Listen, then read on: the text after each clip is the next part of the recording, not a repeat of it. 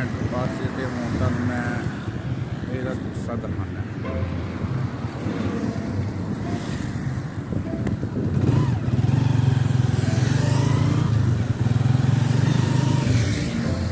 जनाब लोग अंडरपास तो आते हैं स्पीड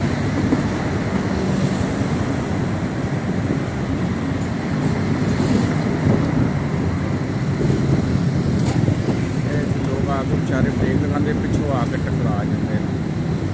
लिहाजा मैं उम्मीद करना कि जल्दी जल्दी बनाया जाए ताकि लोगों की जान के नाल खेलिया जाए।